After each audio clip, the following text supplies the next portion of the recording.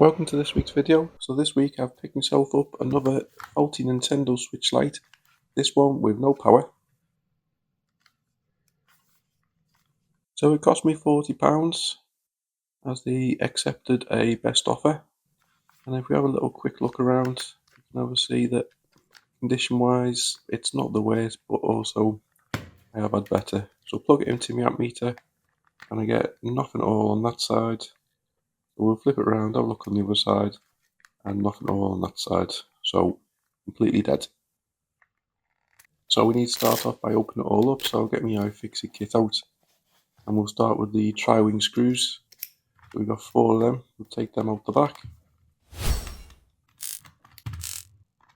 And then the posi head screws on the top and the bottom, and then we just need to get a lipper, run it along, and then we'll just be able to release the casing.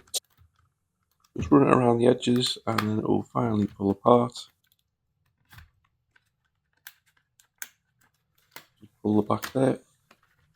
And then we get to the heat shield, so there's 4 screws in the back, we just pop them out, and then there we can see.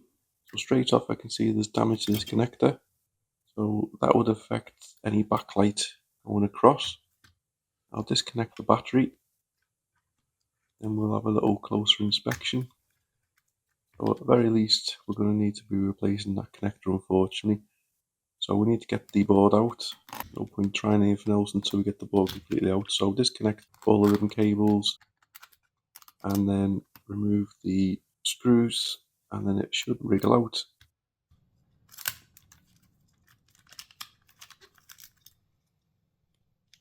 If we have a little look on the back side, it doesn't look too bad. And then what's that?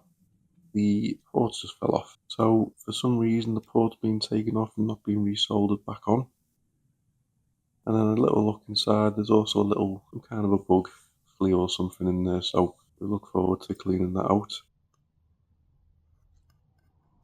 And then this is your board. As you can see, we're missing a major part. There's a little bit of the clip missing as well.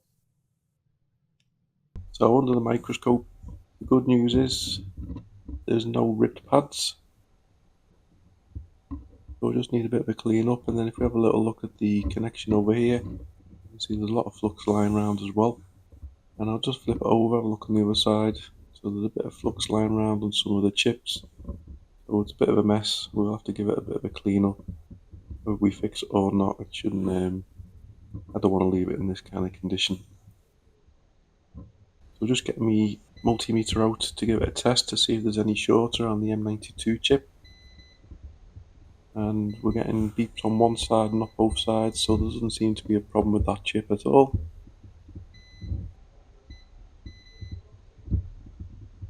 And I'll just check this coil, and that's okay.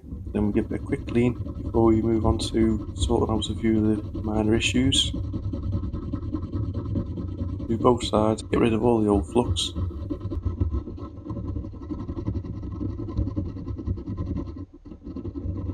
Now we can put some fresh flux on and then apply some fresh solder to the pads. I'll make sure it just goes on all the pads and they all get in nice and evenly.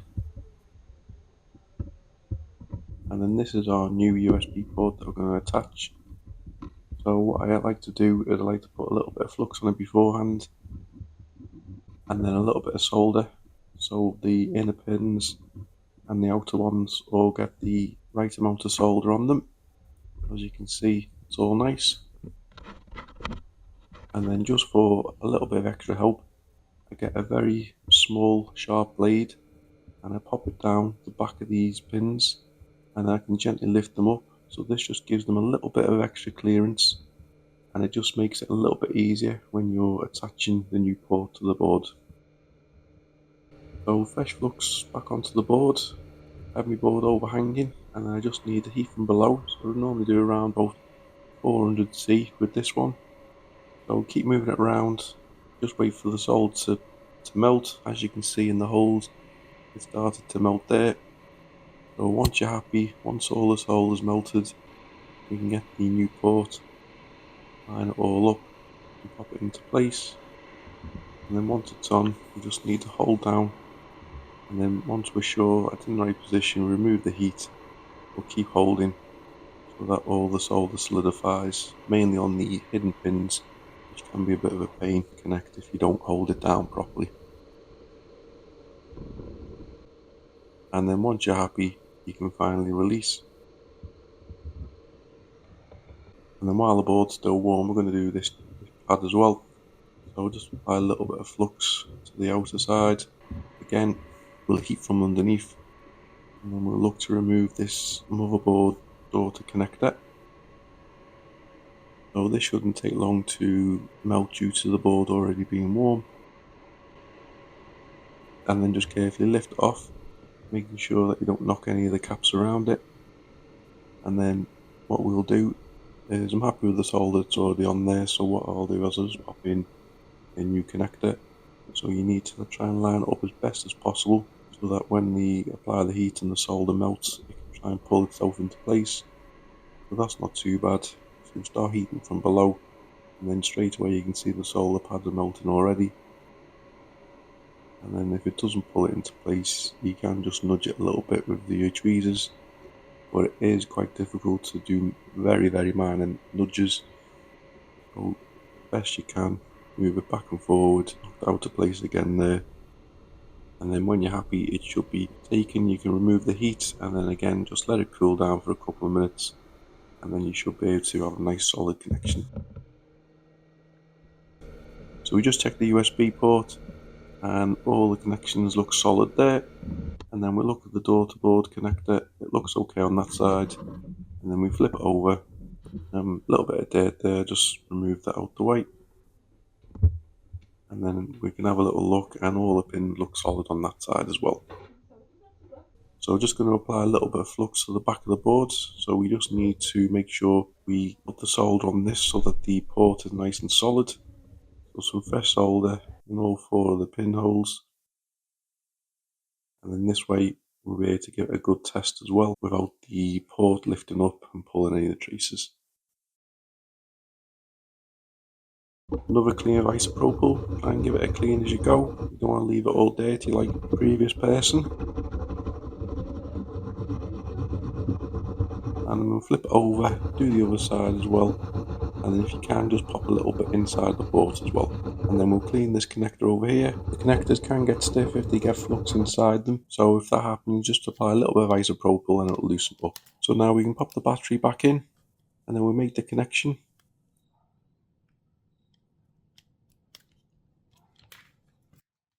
And then we'll pop in our ammeter, see if we get anything. So now we get it lights up, we're getting something, and we get something on the screen as well.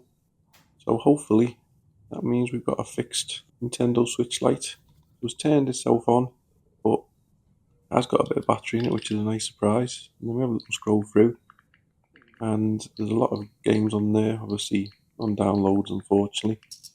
And by the looks of it, we've got ourselves a working Switch Lite, which I'm pleasantly surprised about.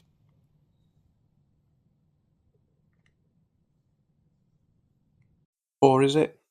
So I put it all back together, I was made up, but then when I went to actually fully check it, I noticed that the right Joy-Con, the right D button doesn't move across.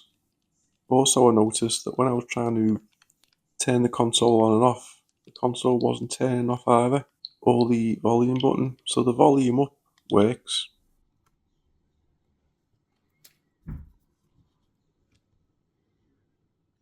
sometimes the volume down doesn't work, and the power button doesn't work. So we've got a bit of an issue.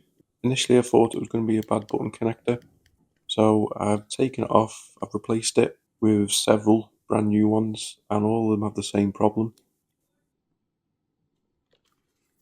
So I've done a lot of reading, and a lot of what I've read points to this chip on the back.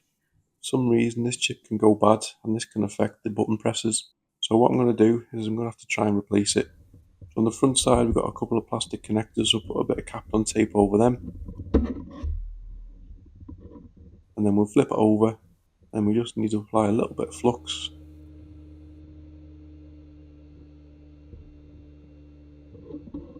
And then we need to carefully angle the hot air so it doesn't quite go underneath.